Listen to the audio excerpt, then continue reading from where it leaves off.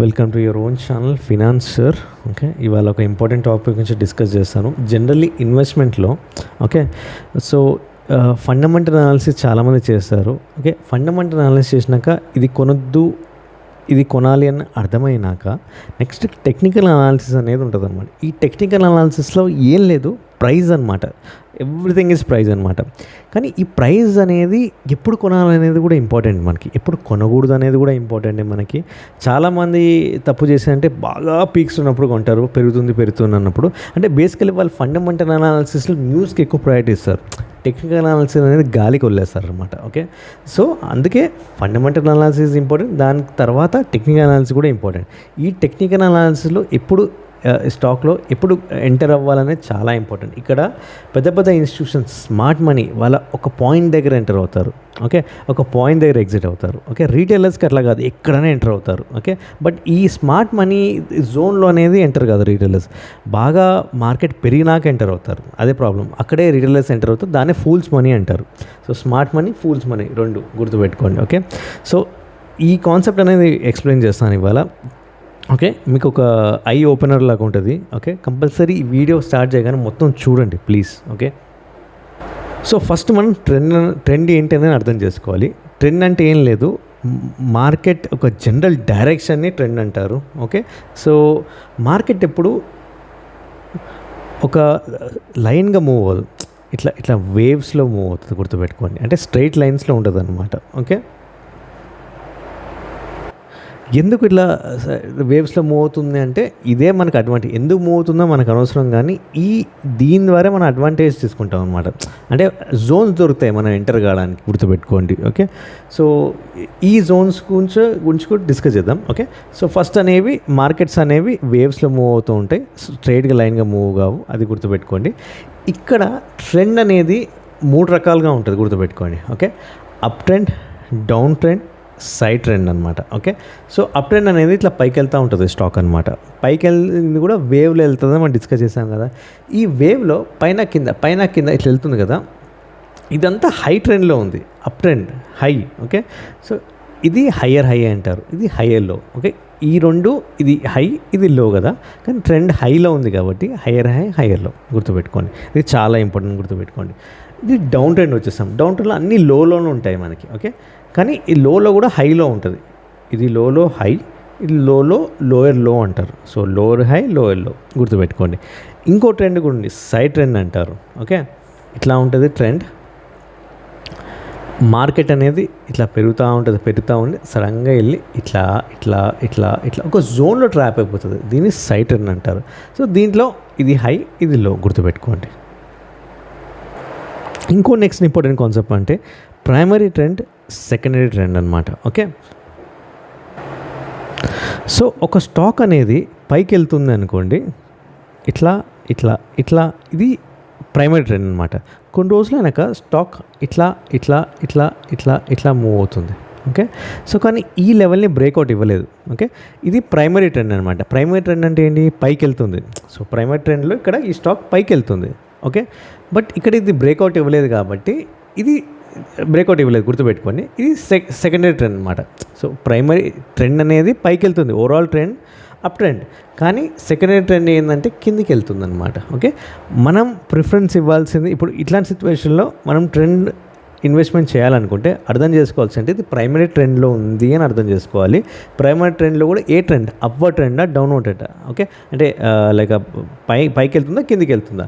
So పైకి వెళ్తుంది, even though కింద పడుతుందా, పైకి వెళ్తుంది, ఇది ప్రైమరీ ట్రెండ్లో ఉంది అర్థం చేసుకోవాలి. కానీ ఇది సెకండరీ ట్రెండ్ అనమాట. ఓకే, దీనికి అంత ప్రిఫరెన్స్ ఇవ్వకూడదు మనం. ఓకే, కానీ అర్థం చేసుకోవడానికి ఇది ప్రైమరీ ట్రెండ్, పైకి వెళ్తుంది, కింద పడుతుంది, సెకండ్ ట్రెండ్. ఇప్పుడు ఇంకో ఎగ్జాంపుల్ చూద్దాం.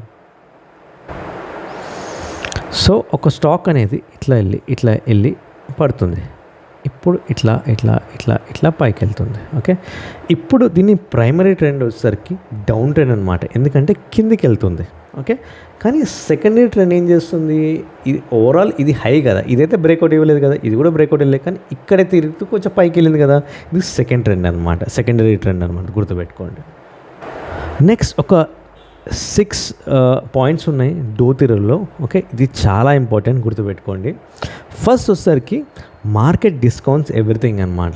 ఓకే, సో ఎప్పుడైనా మార్కెట్ సడన్గా న్యూస్ వచ్చింది అని పైకి వెళ్తుంది అనుకోండి, అది పైకి వెళ్తుందా లేదా పక్కన పెట్టండి, ఆ స్టాక్లో చేంజెస్ అనేది జరుగుతుంది అని మనకి ఐడియా ఉంటుంది కదా. న్యూస్లో మనకి మనీ కంట్రోల్ కానీ ఎక్కడ న్యూస్ చూస్తాం కదా, అది రాకన ముందు ఇంటర్నల్ ఇన్ఫర్మేషన్ ఆల్రెడీ లీక్ అయి ఉంటుంది. ఆ లీక్ అయిన ఇన్ఫర్మేషన్ అది గుడ్డా బ్యాడా అనేది మనకి బయటకు వచ్చినాక తెలిసేది, కానీ వాళ్ళకి ముందే తెలిసిపోతుంది.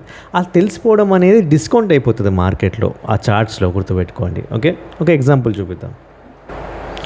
సో మనకి లాస్ట్ ఇయర్ సమ్వేర్ 15th ఆగస్ట్కి 2025లో GST rate cuts on automobile industry అని డిక్లేర్ చేశారు గవర్నమెంట్. ఓకే, ఆ డిక్లేర్ చేయగానే ఇది 18th ఆగస్ట్, గుర్తుపెట్టుకోండి. 15th ఆగస్ట్ హాలిడే కదా. సో దానికన్నా ముందు ఆల్రెడీ ఇక్కడ నుంచి ఇక్కడ ప్రైస్ అనేది పెరిగింది ఒక 10%. ఎలా పెరిగింది, ఎందుకు పెరిగింది? ఓకే, ఆల్రెడీ ఇన్ఫర్మేషన్ లీక్ అయిందా అని తెలియదు. సో మార్కెట్ డిస్కౌంట్స్ ఎవ్రీథింగ్ అనమాట. మార్కెట్ ఓపెన్ అయినాక పెరిగింది కొంతవరకు. ఓకే, అది వేరే విషయం. But already internal information leak అయ్యి పెరిగిపోయింది, మీరు గుర్తుపెట్టుకుంటే. సో మార్కెట్ డిస్కౌంట్స్ ఎవ్రీథింగ్ అర్థం ఇదే అనమాట. నెక్స్ట్ 3 phases ఆఫ్ ట్రెండ్ అనమాట. ఇది చాలా ఇంపార్టెంట్. సో ట్రెండ్ అనేది 3 phases మూవ్ అవ్వడం జరుగుతుంది అనమాట, ఏ స్టాక్లో అయినా. ఓకే, సో ఫస్ట్ ఏంటంటే స్మార్ట్ మనీ అనేది ఎంటర్ అవుతుంది అనమాట. ఇన్స్టిట్యూషన్, పెద్ద పెద్ద ఇన్స్టిట్యూషన్ ఉంటారు కదా, వాళ్ళు ఎంటర్ అవుతారు. ఓకే, వాళ్ళు ఎక్యుములేషన్ అనేది చేస్తారన్నమాట స్టాక్లో. ఓకే, దాన్ని ఎక్యుములేషన్ ఫేజ్ అని కూడా అనవచ్చు. స్టాక్ అనేది మెల్లగా బై చేస్తుంటారు. నెక్స్ట్ ఇంకా న్యూస్ తెలియగానే మార్కెట్లో అప్పుడు పబ్లిక్ పార్టిసిపేషన్ అనేది జరుగుతుంది అనమాట. ఓకే, సో పబ్లిక్ పార్టిసిపేషన్ అయినాక డిస్ట్రిబ్యూషన్ అనేది జరుగుతుంది. ఓకే, ఇక్కడ స్మార్ట్ మనీ ఎగ్జిట్ అవుతారు.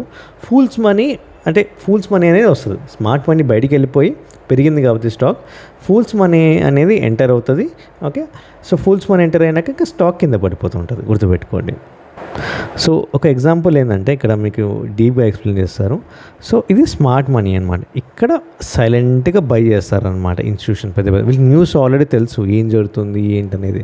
సో మెల్ల కొన్ని రోజులు అయినాక ఇక్కడ స్టాక్ ఎప్పుడైతే పెరుగుతుందో, పెరిగినాక ఇక్కడ రీటైలర్స్ అనేవాళ్ళు బై చేస్తారనమాట.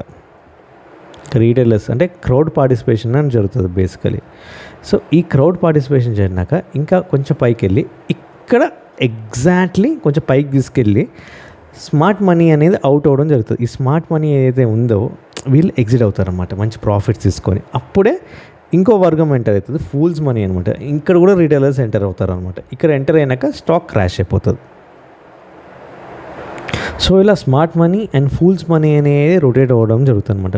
ఓకే, రీటైలర్స్ బేసికల్ ట్రాప్ చేసేస్తారు. ఓకే, సో నెక్స్ట్ ఏంటంటే markets must confirm each other అనమాట. సో ఇక్కడ ఏంటంటే బేసికలీ మనకి ఒక వాల్యూమ్ ప్యాటర్న్స్ ద్వారా కన్ఫర్మ్ చేసుకోవాలి మార్కెట్. సో ప్రైస్ అనేది ఇంక్రీజ్ అవుతుంది, వాల్యూమ్ ఇంక్రీజ్ అవుతుంది, కింద వాల్యూమ్స్ కూడా చూసుకుంటూ ఉండాలి. ఓకే, సో అప్పుడు ఒక హెల్తీ మార్కెట్ ఉన్నట్టు అర్థం అనమాట. ఓకే, పైకి వెళ్తుందని.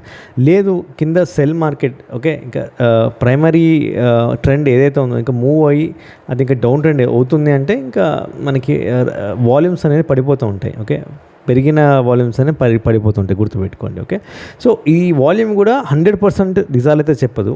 ఈ పైన ప్రైస్ ఏదైతే మోతుందో అదే చెప్తుంది, కానీ ఇంకెక్కువ ప్రయారిటీ అయితే ఇవ్వకండి. ఇది డో థియరీలో ఒక పాయింట్ మాత్రమే. ఓకే, మ్యాక్సిమం అనేది మన కన్విక్షన్, అంటే మనం చూసాం కదా, ఇది ఒక సపోర్టింగ్ పాయింట్ లాగే, కానీ 100% అనేది దీని మీద డిపెండెంట్ కదా, వాల్యూమ్స్ మీద. ఓకే, న్యూస్ ఎప్పుడు ఎక్కడ ఎలా లైక్ ఇంటర్నలైజ్ అవుతుందో, న్యూస్ ఎప్పుడు దానిలో కలిసిపోతుందో, మెర్జ్ అవుతుందో ఒక స్టాక్లో మనకు తెలియదు అనమాట. బట్ వాల్యూమ్ ఇస్ జస్ట్ ఒక పాయింట్ అనమాట, ఒక ఇండికేటర్ అనమాట మనకి కనిపెట్టడానికి.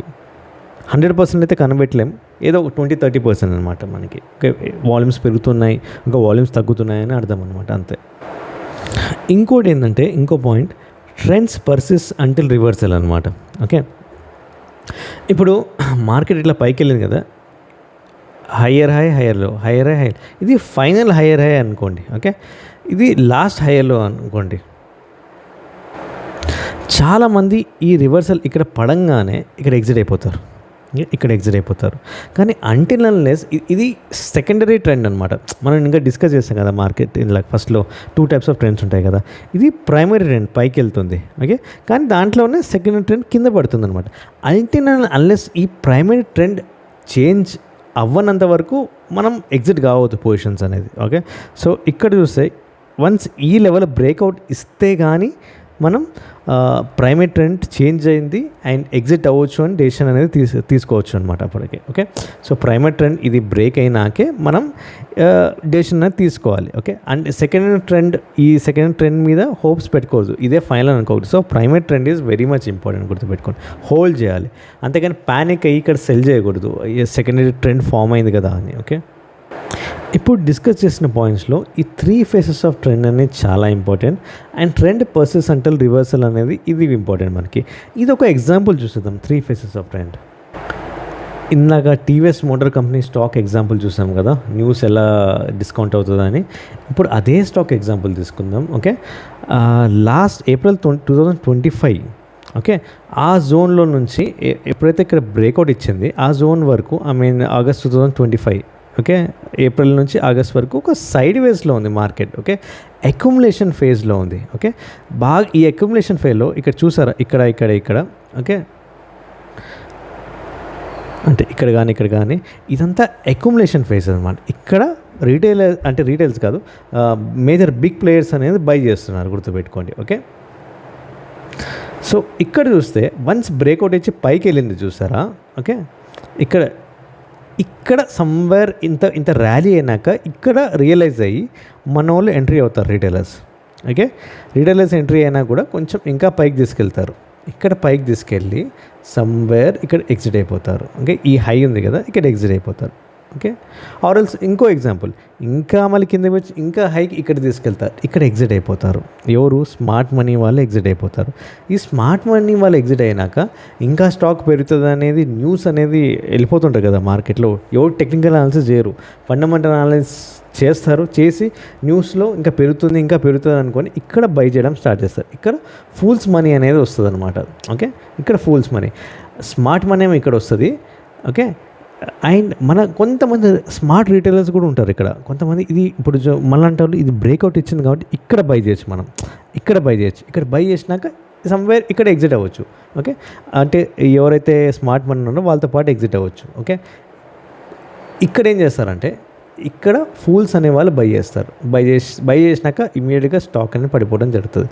లేదా ఇక్కడ ఫూల్స్ అనే వాళ్ళు బై చేస్తారు, అంటే స్మార్ట్ మనీ వన్స్ సెల్ చేయడం స్టార్ట్ చేస్తారు, అప్పుడు ఫూల్స్ అనేవాళ్ళు బై చేస్తారు కదా. ఇంకా ఇమీడియట్గా ఇప్పుడు స్మార్ట్ మనీ వాళ్ళ దగ్గర క్వాంటిటీ ఎట్లా ఉంటుంది, చాలా పెద్దగా ఉంటుంది. ఓకే, సో ఫూల్స్ అనేది బై చేస్తుంటారు, స్మార్ట్ మనీ సెల్ చేస్తూ ఉంటారు, ఇంకా స్టాక్ అనేది క్రాష్ అయిపోతూ ఉంటుంది ఇక్కడ. ఓకే, దాని తర్వాత ఇంకా ప్యానిక్ అయ్యి ఈ ఫూల్స్ మనీ అంటే మనలాంటి రీటైలర్స్ కూడా సెల్ చేస్తారు. ఓకే, సో అందుకే మనం ఎలా ఉండాలంటే మార్కెట్లో ఇది మనకు తెలీదు స్మార్ట్ మనీ ఎప్పుడు వస్తుంది, కానీ స్మార్ట్ మనీ ఎప్పుడైతే బ్రేక్అవుట్స్ ఇస్తాయి ఇట్లా. ఓకే, సో ఈ అక్యుములేషన్ ఫేజ్ని ఐడెంటిఫై చేయాలి. అక్యుములేషన్ అయినాక బ్రేక్అవుట్ ఫేజ్ అనమాట ఇది. ఇట్లాంటి ఫేజ్లో బై చేసి తొందరగా ఇక్కడ వరకు వెళ్ళాం కానీ ఇక్కడ కానీ ఎగ్జిట్ అవ్వడం చేయాలి. లేదు ఇంకా నేను రైడ్ చేస్తాను మార్కెట్ అంటే ఎప్పుడైతే మనకి ఫూల్స్ అనేవాళ్ళు కూడా బై చేయడం స్టార్ట్ చేస్తారు. ఇమీడియట్గా అది గ్రహించి ఈ స్మార్ట్ మనీ ఇన్స్టిట్యూషన్స్ ఎవరైతే ఉంటారో పెద్ద వాళ్ళు అప్పుడు సెల్ చేయడం స్టార్ట్ చేస్తారు. అది మనకు తెలియదు ఎప్పుడు సెల్లింగ్ జరుగుతుంది అనేది మనకి. ఓకే, కాకపోతే ఒక డీసెంట్గా ప్రాఫిట్ తీసుకొని బయటికి రావడం ఉత్తమం అనమాట. సో ఇది ఇన్వెస్టింగ్ సంబంధించిన బేసిక్స్, ఇది కంపల్సరీ గుర్తుపెట్టుకోండి. సో ఓన్లీ ఫండమెంటల్ అనాలిసిస్ చేయడం కాదు, అలాగే న్యూస్ చూడడం కాదు. న్యూస్ ఆల్రెడీ డిస్కౌంట్ అయి ఉంటాయి, మనం చేసేదేం లేదు మన రీటైలర్స్ వాళ్ళు. ఓకే, మనకి అంత అయిపోయినాక ఇన్ఫర్మేషన్ వస్తుంది, మనం చార్ట్స్ చూసి డిసైడ్ కావాలి. ఇలా చార్ట్స్ చూసి డిసైడ్ అయ్యామనుకోండి మనకు తొందరగా ఎంట్రీస్ అని దొరికితే ఎగ్జిట్ కూడా అయిపోవచ్చు మనకి. ఓకే, సో అందుకే స్మార్ట్ మనీ ఫూల్స్ మనీ రెండు ఉన్నాయి. సో స్మార్ట్ మనీ ఎంటర్ అయినాక కొంచెం పైకి వెళ్తుంది స్టాక్ ఉన్నప్పుడు ఎంటర్ కావాలి మనం. దాని తర్వాత కొన్ని రోజులైనాక పైకి ప్రాఫిట్ తీసుకొని ఎగ్జిట్ అయిపోవాలి. వెంటనే కొన్ని రోజులకి ఫూల్స్ కూడా రీటైల్ చాలా రోజుల తర్వాత ఎంటర్ అవుతారు. ఎంటర్ అయినాక ఈ స్మార్ట్ మనీ అనే వాళ్ళు కూడా భారీగా సెల్లింగ్ చేస్తారు, అంతే ఇంకా క్రాష్ అనమాట స్టాక్. ఓకే, సో ఇది మనం స్మార్ట్ మనీ అనేది ఎంటర్ అయినాక చూసుకొని మనం స్మార్ట్ రీటైలర్స్ అనే వాళ్ళు ఉంటారు కదా, మనం అప్పుడు ఎంటర్ కావాలి, గుర్తుపెట్టుకోండి. ఓకే, సో ఇది ఫండమెంటల్స్ అనమాట, చాలా ఇంపార్టెంట్, గుర్తుపెట్టుకోండి. Thanks for watching.